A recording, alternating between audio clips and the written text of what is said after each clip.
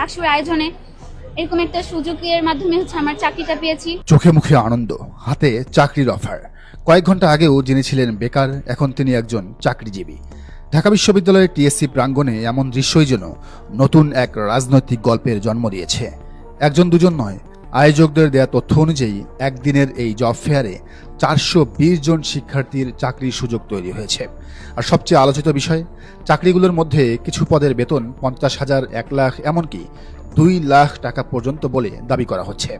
চাকরি দিচ্ছে চীনা কোম্পানিগুলো।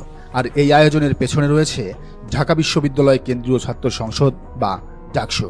এখানেই শুরু হচ্ছে আসল রাজনৈতিক গল্প। কারণ প্রশ্ন উঠছে, ডাকসুর এই জব ফেয়ার কি শুধুই একটি চাকরির আয়োজন, নাকি এর পেছনে রয়েছে কয়েক মাস আগে শুরু হওয়া একটি আন্তর্জাতিক যোগাযোগের বাস্তব ফলাফল?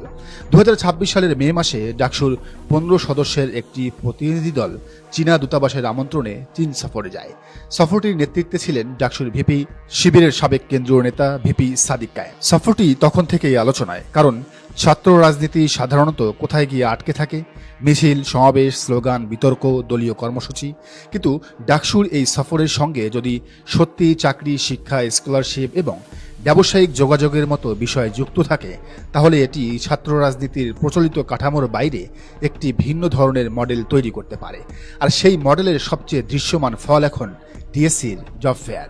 ভাবুন তো, ঢাকা বিশ্ববিদ্যালয়ের টিএসসি, একদিকে শত শত তরুণী, হাতে সিভি, চোখে চাকরির স্বপ্ন, আর অন্যদিকে চীনা ব্যবসা প্রতিষ্ঠানগুলোর প্রতিনিধিরা। ডাকসুর দেয়া তথ্য অনুযায়ী প্রায় 30টি চীনা কোম্পানি এই জব ফেয়ারে অংশ নিয়েছিল।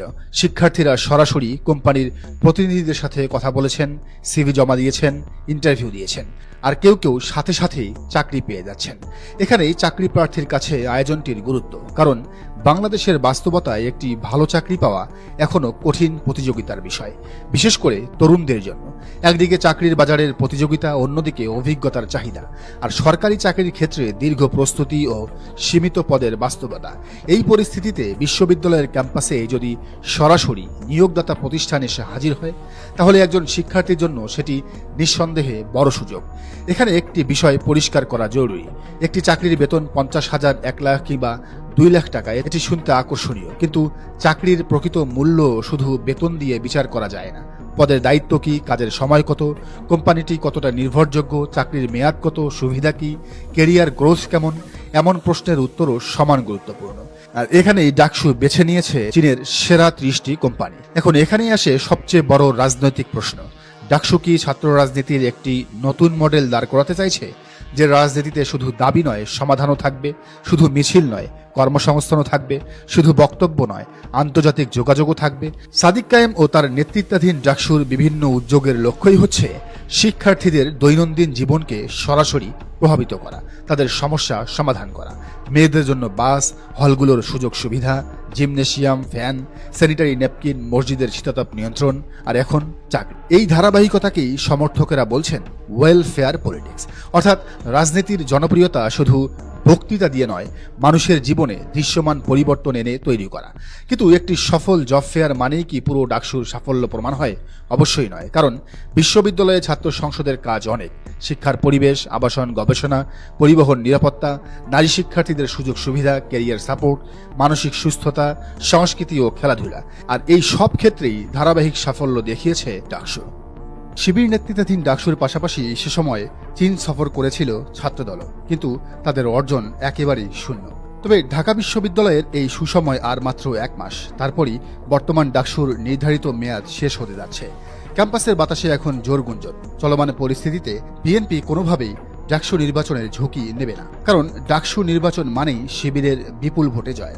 তবে ক্যাম্পাসের সীমানা ছাড়িয়ে রাজনীতি বিশ্লেষকদের নজর এখন অন্যদিকে। ডাকসুর পর শিবিরের সাদিক কায়েমের নেক্সট মিশন কি ঢাকা দক্ষিণ সিটি কর্পোরেশন? ডাকসুতে সাদিক কায়েম যেভাবে ওয়েলফেয়ার পলিটিক্স বা জনকল্যাণ কেন্দ্রিক কাজ করেছেন, সেই জনসেবার মডেল নিয়ে ঢাকা দক্ষিণ সিটি কর্পোরেশনে নামেন, তবে বিএনপির প্রার্থীর জন্য ঘুম হারাম হয়ে যাবে। যেখানে প্রথাগত দখলদারিত্বের বদলে অগ্রাধিকার পাবে নাগরিকদের চাকরি, শিক্ষা, স্বাস্থ্য ও নাগরিক সুবিধা। টিএসসিতে 420 জন শিক্ষার্থীর চোখে মুখে আজ যে আনন্দের হাসি ফুটেছে, তা কোনো দলীয় স্লোগানের ফসল নয়, তা হলো সততা, মেধা আর সঠিক নেতৃত্বের সাফল্য। আর এটিই করে দেখিয়েছে শিবির নেতৃত্বাধীন ডাকসু। রাজনীতির মূল উদ্দেশ্য যদি হয় জনকল্যাণ, তবে শিবিরের ডাকসু আজ দেশের প্রতিটি ছাত্র সংগঠনকে এক নতুন চ্যালেঞ্জের মুখে দাঁড় করিয়ে দিল। কথাই নয়, কাজে প্রমাণ করো। সাদিক কায়েমদের এই ইতিহাস গড়ার পথ ধরে বাংলাদেশ কি তবে ইতিবাচক রাজনীতির এক নতুন ভোরে পা দিচ্ছে, নাকি সেই পুরনো পচাগলার রাজনীতিতেই ডুবে থাকবে বাংলাদেশ? সময় এবং দেশের তরুণ সমাজই দেবে এর চূড়ান্ত উত্তর। দর্শক, পুরো বিষয়টিকে আপনি কিভাবে দেখছেন জানান মন্তব্যের ঘরে। আর এই চ্যানেলে নতুন হলে অবশ্যই সাবস্ক্রাইব করুন এবং বেল আইকনটি বাজিয়ে রাখুন।